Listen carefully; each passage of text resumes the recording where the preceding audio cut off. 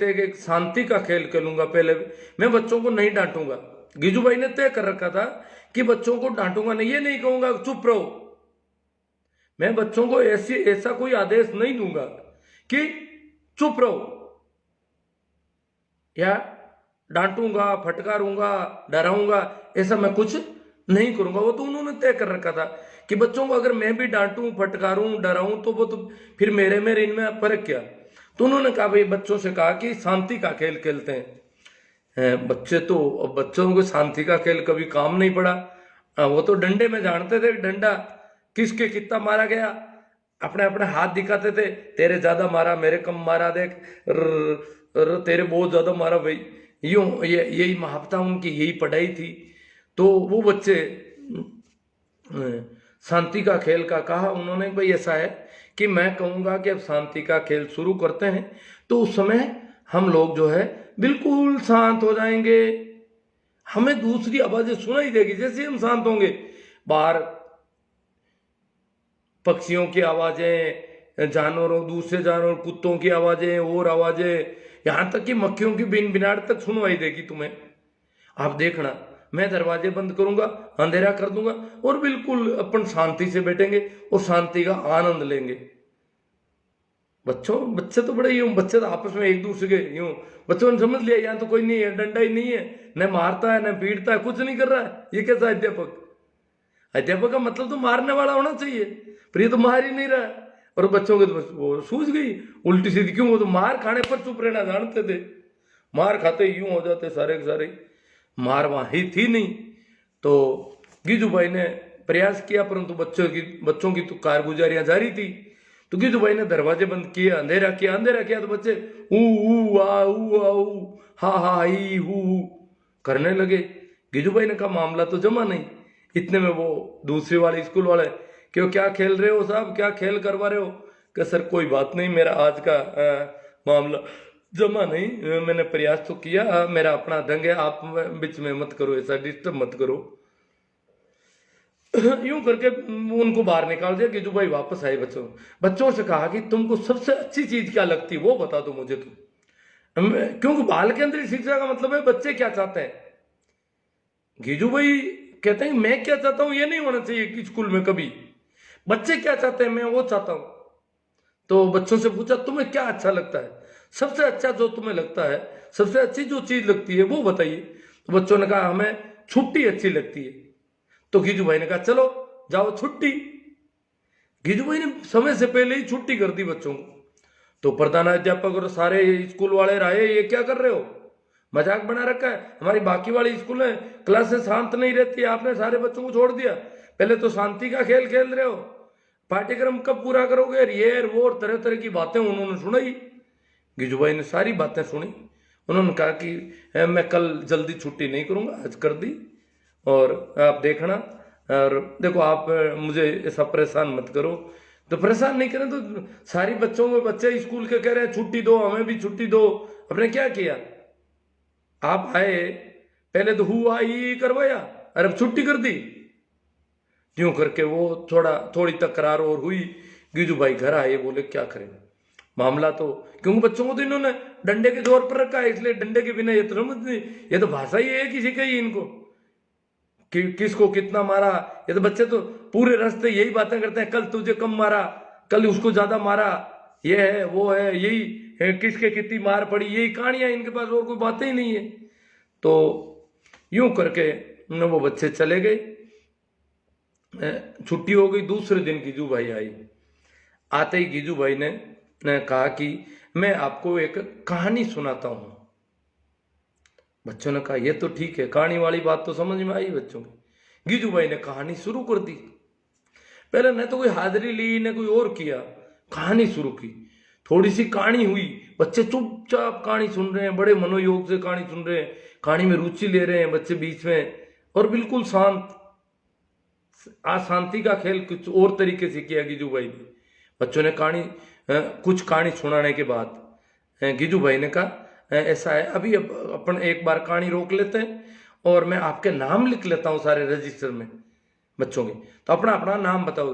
बच्चों ने कहा कहानी चालू रखो, कि नहीं कहानी चालू चालू रहेगी, आप चिंता मत करो, पहले नाम तो लिखे सबके। तो बच्चों के नाम लिख लिए उन्होंने, परिचय ले लिया, परिचय ले लिया, नाम लिख लिया, हाजिरी भर ली।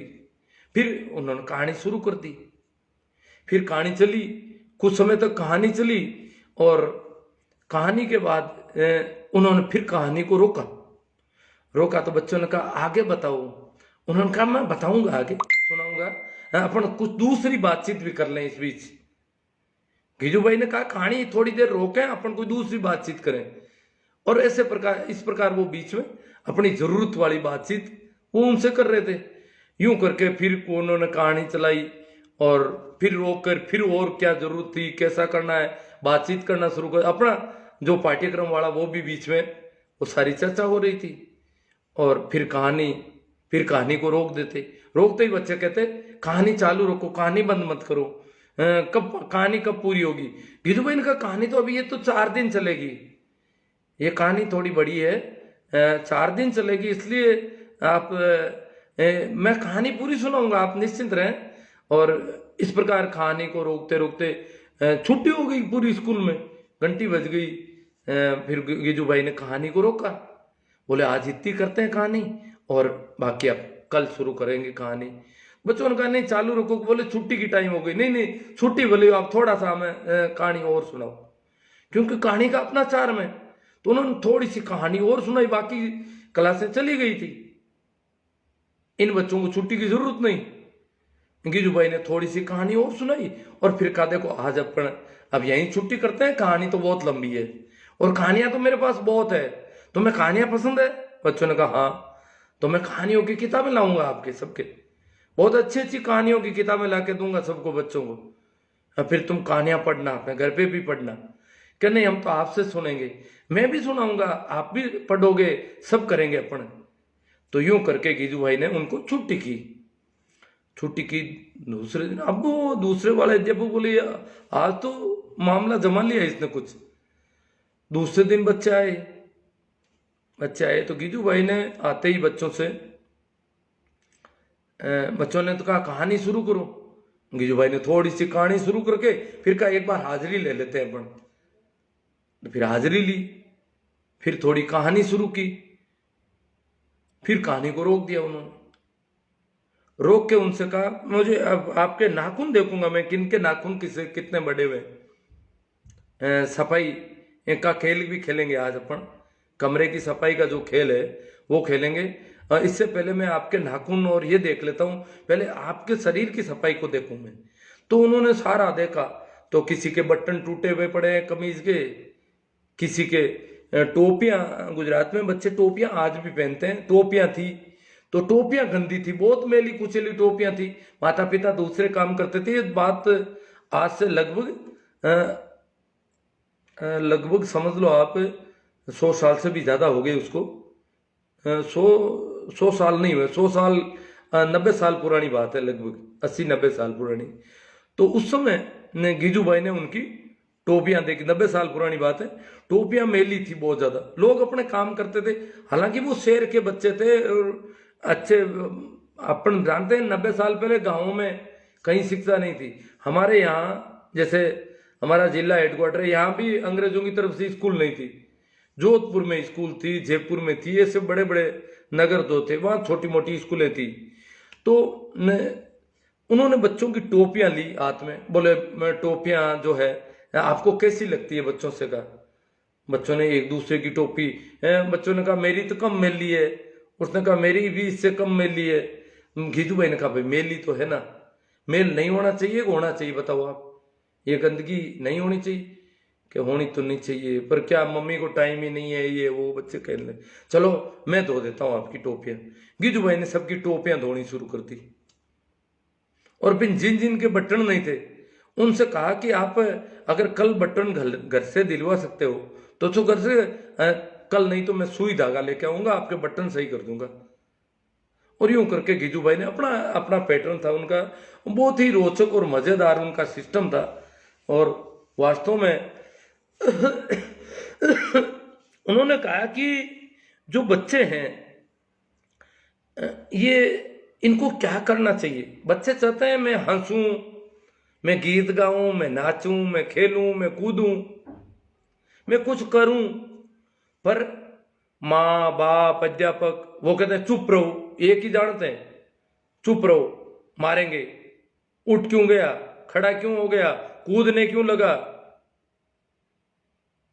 गुनगुना रहा, ये गाना कहां से लाया, बंदरा चुप चुप हो। ये जो चुप वाला मामला था वो गीजू भाई को बहुत खटकता था। उन्होंने कहा कि हम बच्चों का इस प्रकार तिरस्कार हो रहा है, उनके अंदर कुछ है, उसका तिरस्कार हो रहा है, उसको धमकाया जा रहा है, डांटा जा रहा है, फटकारा जा रहा है, और यहां तक कि मारपीट भी की जा रही है। ये कब तक चलेगा? और इसी चिंता की वजह से कि बच्चे ठीक है सहन करते हैं, परंतु इन बच्चों को जो खिलखिलाते हुए फूल है, इनको हमने पता नहीं कितना मारा है, कितना पीटा है, कितना रुलाया है, कितना सताया है, और उसकी वजह से इनका विकास अवरुद्ध हुआ है, ये उनका मानना था। तो गीजू भाई ने वहां वो क्लास कैसे पढ़ाई, क्या शुरू की, उसका भी मैं आगे लाऊंगा, बहुत रोचक और बहुत आएंगे उसके। और उसके साथ साथ में गीजू भाई ने घर में बच्चों के साथ क्या क्या करना है। जैसे मेरे पास अभी एक किताब सामने आई थी, सिर्फ माँ बाप बनना कठिन, किताब आप देख रहे हो, ये गीजू भाई की फोटो है, मूंछों वाली माँ जिनको कहा जाता था। उन्होंने कहा कि माँ बाप बनना बहुत कठिन है। ये किताबें आपको पीडीएफ में मिल जाएगी, आजकल आ गई है, अभी पहले नहीं थी, आजकल गूगल पे आप सर्च करोगे तो ये किताबें आपको मिल जाएगी। तो इस किताब में उन्होंने अलग अलग छोटी छोटी बातों को लिया है।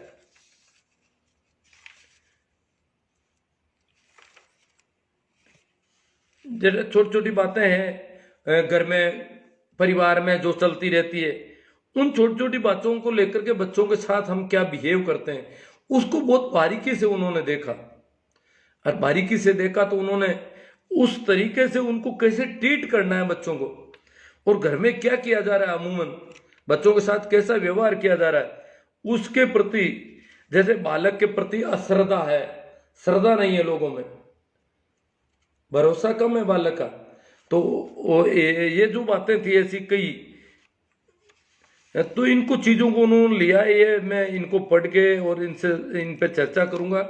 और गीजू भाई की जो वो मुख्य रूप से उस स्कूल में गीजू भाई ने कैसे स्कूल को एडजस्ट किया, बहुत गजब का तरीका था उनके पास पढ़ाने का, व्याकरण पढ़ाने का, और का हिंदी का विशेष रूप से उसमें है। हिंदी से क्या, व्याकरण तो वो तो गुजराती पढ़ाते थे, परंतु ये किताब जो हिंदी अनुवादित किताबें हैं जो भी है, उन्होंने गुजराती में लेखन किया था। तो बड़ा यूं दुर्भाग्य कहा जाए तो कि हमारे देश में ऐसे शिक्षाविद हो गए। बाकी तो ज्यादातर शिक्षा पीडीएफ भेज भी दूंगा मैं, कुछ मेरे पास है भी, इसके लिए आपको अलग से आप ऐसा करना कि कल ही मैंने कहा था ना कि मेरे वो लर्निंग वाले ग्रुप में जुड़ जाना, तो मैं किताबें वो पीडीएफ उसमें भेजूंगा ऑलरेडी, तो सबके साथ आ जाएगी।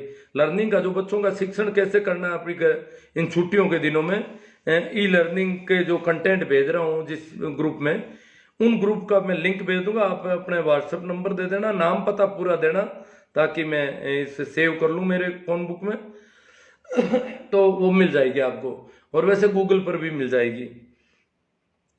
तो देखो, बड़ा अचरज तो तब होता है जब राजस्थान सरकार ने, मैं देख रहा था सन 2000 में एक पुरस्कार शुरू किया था अध्यापकों के लिए, गीजू भाई पुरस्कार।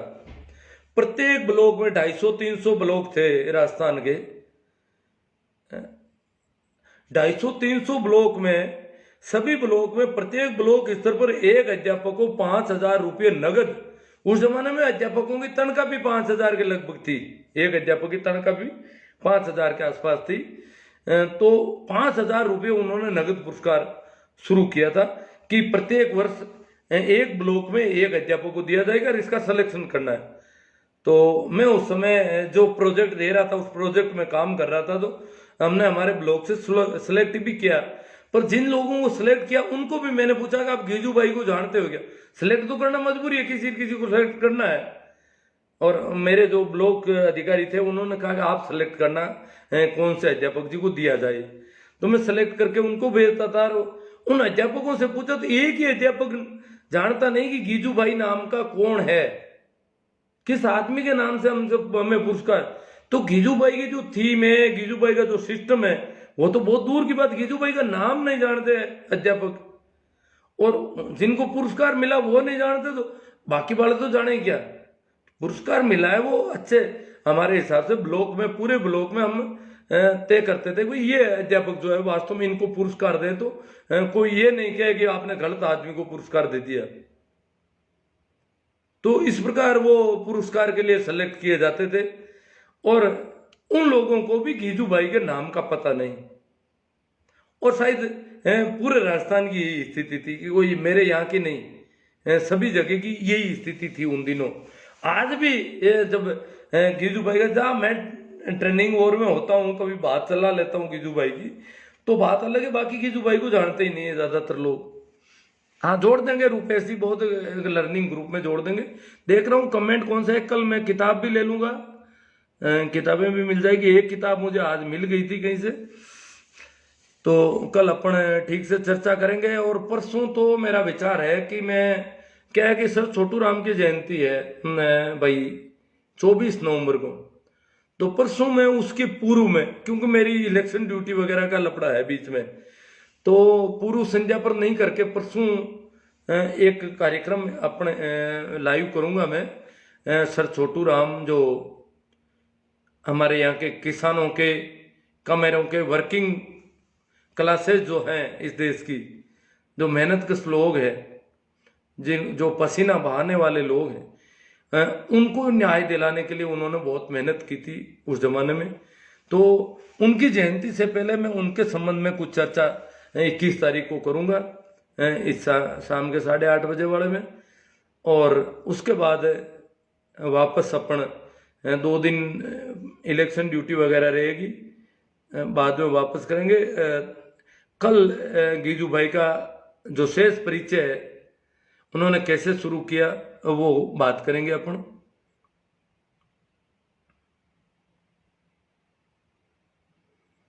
तो सभी नमस्कार ही नमस्कार आ रहे हैं भाई। एक बोल रहे हैं, कौन है, कालू राम जी, ठिकाना मंगेरिया। अनमोल वचन उत्तम से सर्वोत्तम वही हुआ जिसने आलोचनाओं को सुना और सा है सविवेक से काम किया।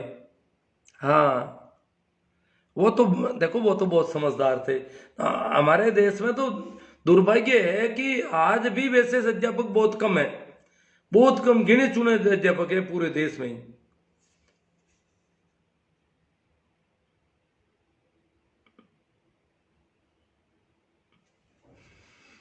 भाई नमो बुद्धाय, जय भीम कोई है, वो बोल रहे हैं आपकी सोच को सलाम गुरुजी। अनमोल वचन, गौतम जी कह रहे हैं अनमोल वचन है। कोई ऐसी बात हो नहीं, अपने बच्चों के साथ कैसा बिहेव करना है वो थोड़ा उस पर अपन करेंगे। और बहुत अच्छा, क्योंकि सबके घरों में लगभग बच्चे होते नहीं तो होंगे आने वाले ज़माने में। तो उनके साथ हम कैसे ट्रीट करें, कैसे व्यवहार करें, वो बहुत महत्वपूर्ण चीज़ है भाई। सीज पे हनुमान, ये नाम इनका मेरे पढ़ने में कभी आता नहीं, हनुमान ये है। तो हनुमान कह रहे हैं भाषा पर ध्यान रखो हमेशा। पता नहीं भाषा में, हो सकता है मैंने कोई गलती कर दी हो, कोशिश करूंगा।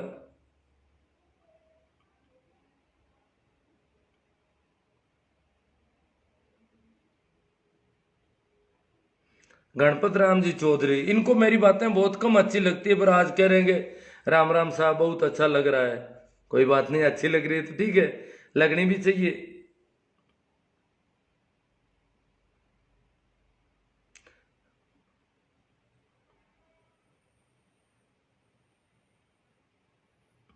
हाँ, ड्यूटी ब्लॉक नागौर में ही जाना है, नागौर पंचायत समिति में।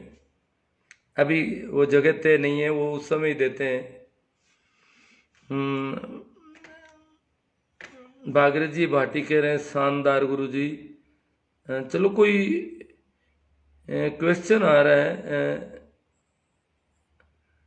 ये राम रतन जी मंडा बलदेव राज वो कह रहे हैं जय वीर तेजा, जय की बहुत ज्यादा जरूरत है, अनमोल हीरो हैं आप। हाँ भाई चेतन प्रकाश जी नवल कह रहे हैं कि शिक्षण पर शिक्षण की विधियों से शिक्षण नहीं कराया जाता है। हाँ विधियों से नहीं हो रहा है, वही तो बात है। विधियों के अलावा भी बिहेव जो होना चाहिए बच्चों के साथ, वो बिहेव भी ढंग का नहीं हो रहा है। व्यवहार कैसा होना चाहिए हमारा है, वो भी हम हैं उस जो इंटरनेशनल लेवल का शिक्षा मनोविज्ञान और बाल मनोविज्ञान में जो आज तक जो लोगों ने इतने रिसर्च कर लिए हैं और उन सबसे तय हो गया कि इस तरीके से करना चाहिए बच्चे को ट्रीट। पर हमारे देश में अभी तक मारपीट का ही डरा चल रहा है। सरकारी स्कूलों में कम कर दिया, प्राइवेट वाले तो बुरी तरह मारते हैं, बड़े बड़े लाठियां लिए घूमते हैं और मारते हैं बुरी तरह से। तो ये जो ढंग है, और सरकार भी कानून तो सारे बना दिए पर कुछ कर नहीं पा रही है। बाकी तो हमने देखा है पढ़ाया जाता है सभी को, जब वो शिक्षा लेते हैं एजुकेशन से संबंधित, तो उनको पढ़ाया जाता है भाई पावलोव ने किस प्रकार अधिगम का सिद्धांत प्रतिपादित किया, स्किनर ने कैसे किया, थॉर्नडाइक ने क्या किया। ये सारे वो है सीखने के अधिगम के तरीके हैं और उनसे विद्या निकलती है। तो ठीक है, अपन अब कल पर ही छोड़ते हैं। मैं कल तक गीजू भाई की वो बुक देख लूंगा। ठीक है, थैंक यू। आज शायद छोटा ही लिया है अपन ने, ठीक है, पर्याप्त है। थैंक यू, नमस्कार, प्रणाम, राम राम।